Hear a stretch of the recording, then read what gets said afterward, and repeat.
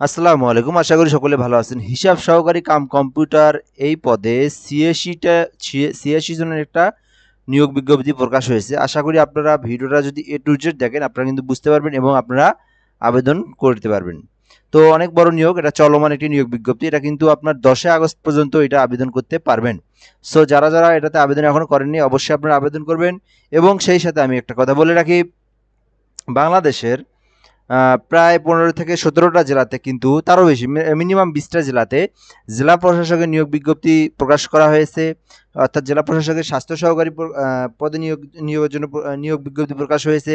Circuit হাউসে নিয়োগ বিজ্ঞপ্তি প্রকাশ হয়েছে। পরিবার পরিকল্পনার স্বাস্থ্য সহকারীতে নিয়োগ বিজ্ঞপ্তি প্রকাশ করা হয়েছে। তো বিশেষ করে জেলা প্রশাসক এবং সার্কিট হাউসের মিনিমাম ১৭ থেকে ২০টা জেলা কিন্তু সার্কুলার প্রকাশ করা হয়েছে। তো আপনি আপনার জেলাতে খোঁজ নিয়ে দেখতে পারেন এবং আপনি অনলাইনে সার্চ করে দেখতে পারেন এবং আপনি আমার কমেন্ট বক্সে কমেন্ট করেও জানতে পারেন যে আপনার জেলাতে কি নিয়োগ বিজ্ঞপ্তিটা প্রকাশ হয়েছে কিনা হয় নাই।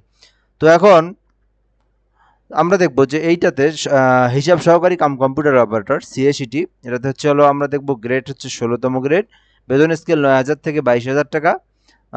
তৎসহ সরকার অনুমোদিত অন্যান্য ভাতাদি সরকার থেকে ৭৫%, ইউনিয়ন পরিষদ কর্তৃক ২৫% পরিষেবাযোগ্য। তো আপনার কিন্তু সব কিন্তু এখানে দেওয়াই আছে, আপনাদের বেতন গ্রেড এবং জাতীয় বেতন স্কেল ২০১৫ অনুযায়ী যা একজন চাকরিজীবী যা পাবে সব কিন্তু দেওয়া আছে। এবং এখানে শিক্ষাগত যোগ্যতা দেওয়া আছে। কোনো স্বীকৃতি বোর্ড হতে বাণিজ্য বিভাগে ন্যূনতম দ্বিতীয় বিভাগ অথবা সমমানের জিপিএ সহ উচ্চ মাধ্যমিক সার্টিফিকেট অথবা সমমানের পরীক্ষায় উত্তীর্ণ, কম্পিউটার প্রশিক্ষণপ্রাপ্ত এবং কম্পিউটার টাইপিং প্রতি মিনিটে সর্বনিম্ন গতি বাংলায় ২০ এবং শব্দ এবং ইংরেজিতে ২০ শব্দ। তো আমি এখান থেকে যেটা দেখাবো যে আপনারা এই পদের জন্য অবশ্যই আপনাকে মাস্ট বি যেটা থাকতে হবে, কম্পিউটারের যে টাইপিং গতি এটা কিন্তু আপনাকে মাস্ট বি বেটার থাকতে হবে। যদি আপনি এটাতে ভালো একটা প্র্যাকটিক্যালি যদি আপনি একটা ভালো কিছু করতে পারেন, আশা করা যায় এটাতে ভালো কিছু হবে। এবং আপনার যে লিখিত পরীক্ষা এগুলোতেও কিন্তু আপনাকে ভালো করতে হবে। ওই জন্য আমি বলবো অবশ্যই আপনি যদি এই পদগুলোতে আবেদন করেন তো কম্পিউটারে আপনি প্র্যাকটিস করতে পারেন, কম্পিউটার টাইপিংয়ের প্র্যাকটিস করতে হবে, দেন আপনি কিন্তু এটাতে আবেদন করতে পারবেন। তার আগে আমি বলে নিই, আপনি কিন্তু আমার চ্যানেলটাকে সাবস্ক্রাইব করে রাখতে পারেন, সরকারি সকল নিউজ আপনি পাবেন। এবং আপনি পরীক্ষার আগে কিন্তু সার্কুলারের যে শর্ট সিলেবাস আছে বিগত সালের প্রশ্নগুলোর থেকে শর্ট সিলেবাস কমন প্রশ্নগুলো আপনি কিন্তু আমার এই চ্যানেলে পেয়ে যাবেন। তো অবশ্যই আপনাকে সাবস্ক্রাইব করে রাখতে হবে এবং বেল আইকনটা বাজায় রাখতে হবে। তো এখান থেকে যে বিষয়টা আপনি কীভাবে আবেদনের প্রসেসটা দেখে নেবেন, এগুলো প্রতিটা ভিডিওতে আমি বলে রাখি কীভাবে আপনি আবেদন করবেন।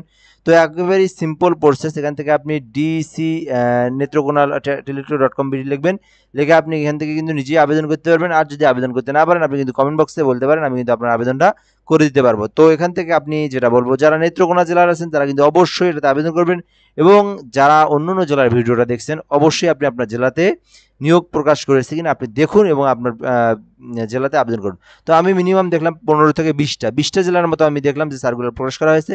আপনি আপনার জেলাতে দেখুন এবং আবেদন করুন। সো ভিডিও এ পর্যন্তই। আবেদনের প্রসেসটা আমি অন্য ভিডিওতে দেখে দেবো। সো এর পরবর্তী জেলাগুলো আপনার কিন্তু অতি সত্বর কিন্তু নিয়োগ প্রকাশ করা হবে এবং আপনার জেলাটা আপনি কমেন্ট বক্সে বলতে পারেন, আমি কিন্তু দেখাই দেবো বা জানাই দেবো। সো ধন্যবাদ। এ পর্যন্ত। আসসালামু আলাইকুম।